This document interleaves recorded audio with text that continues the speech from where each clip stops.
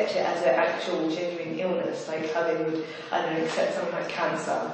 Yeah. But they wouldn't accept something like depression or so would that have a kind of effect on who you might choose to tell? Yeah, so even with me, I don't tell like the wider family, like my extended family. It's not, I know I could probably tell my mum's sisters, and I think they do know now.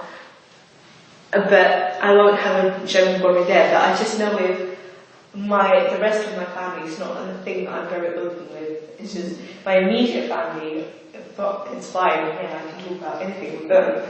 But in general, it's just that worry about people talking about you and what they're going to say about you is a thing that I'd rather not deal with. Yeah. But now I feel like I'm a bit more like, I've gone back to that old thing of I don't really care. You can say whatever you want, it's just whatever. But initially, to begin with, I was really worried about what people were going to say, what's going to happen to me. And I just felt like, oh my god, there's always something wrong with me. Again, like the whole thing of like my poor parents, they had to deal with me getting bullied, they had to deal with like me being ill now. I just didn't want to do that to them. But obviously, I'm sure they don't see it like that because it's your child. But yeah, it sounds like they're supportive. Yeah, they're very supportive. They weren't ever like, oh, yeah, they're not like that. They didn't react like that. But and then, what's your experience been, I guess, of coming through mental health services? It's definitely, I would say it's much better now than when I first started off. Okay. When I first started off, I was really scared to talk to people. I didn't really want to deal with anyone I spoke to. I came a lot. I went to the GP for help, but then also I wasn't in the mindset to help myself. How I am now, like I'm actively wanting to do things. I wasn't like that before. Okay. And I just found it hard to talk to people, and I don't feel like it was as understanding in the beginning as it was now.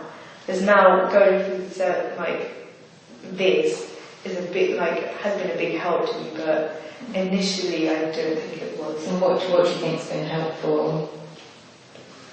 I think, I don't know, sorry. Well, I guess what are the helpful, so you said going through this has been more helpful. So as in, when I first got referred here, and it was, when they first called you in to ask you what's going on and everything, it almost felt like I was under scrutiny, okay, what is going on? It didn't feel like they were taking coming from my side. It sounded more accusing and a bit less understanding, I would say. But now, when you're talking to your health coordinator and stuff, you can talk about anything, and it's just them just listening, and it's a bit more understanding, and it's a more softer approach, I guess. So they're listening and understanding. Yeah, it's about listening, and I always get worried. I just always panic that someone's really judging me. And initially it just felt very accusing, okay, so what's it's all your lifestyle choices and everything feels like it's under scrutiny, but but really I know it isn't. Now I know it isn't. But when you first go through it, you just think, oh my god, everyone's out to get me, no one believes me, this was a big mistake. But obviously now I know it wasn't. It's a good thing that I did. And so people ask about your experiences, does bullying come up at all anymore? No, I don't. I think the thing is, I've never actually actively spoken about my bullying. I think this is probably one of the first few times that I've genuinely spoken about being bullied. It's a thing that I haven't really spoken about. I never spoke about it during secondary school, never about uni. I think a lot of my friends, I guarantee you, don't know that being bullied. Right. And even here, I think it's always been it's been in a questionnaire, have you ever been bullied? Yes, but it's never been touched upon really. That's about it. Yeah. So what's it, if this is the first time you spoke, what's it been like speaking about? It's been nice. It feels like I've got things off my chest.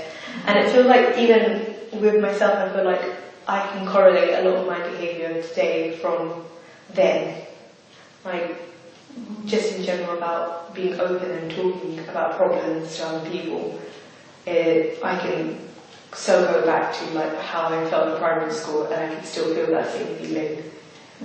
So I know I've kind of made sense of it by myself for a long time, and like talking about it does help. I feel like it's something I should talk about, but I found it so hard to talk about for so many years, so I just never used to talk about it.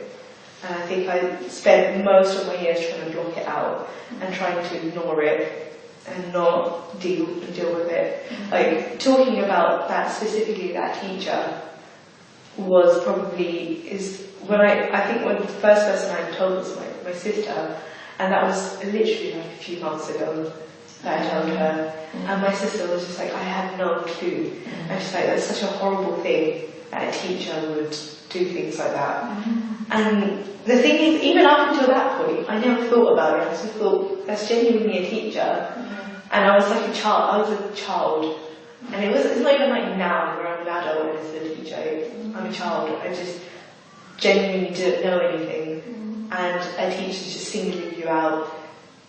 And the things that she did was just so horrible, and I just think if that wasn't, like, I wish I could come across that lady now and just just tell her everything she did was wrong. But I don't know, I don't think I've ever gotten like closure from it, but it's just, I'm a bit more okay talking about it now. And it sounds like it makes sense to you as well, some of your experiences. Yeah, a lot of I do think my experiences do make sense. Like a lot with like going to your teachers and like even like it could be a thing that I'm genuinely stuck on, but I will just not ask my teacher. I'd rather just sit there for hours trying to work it out for myself rather than ask a teacher or like my lecturer. But where's that then leave you? But that's the thing, that I'm just constantly thinking I'm going to do it by myself, I'm not asking anyone, I'm too embarrassed, I'm too scared, I'm not doing it. But I hate feeling like that. I hate that. I felt like that for all my school life. And I just think it's just a horrible thing to feel. And I'm scared that if I go into the workplace, I'm like stuck at work, which I will be.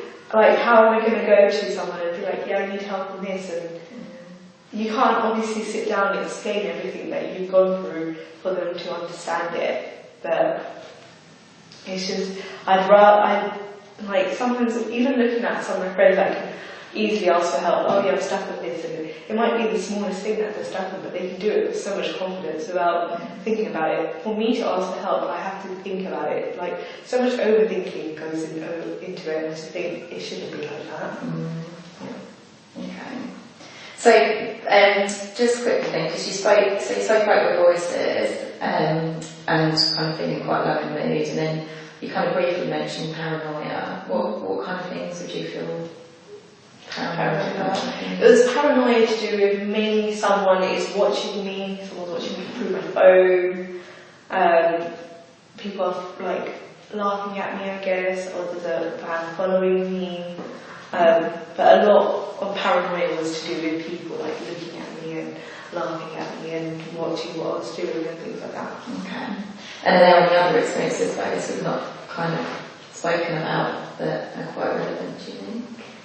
I can't really think of anything like that. Okay.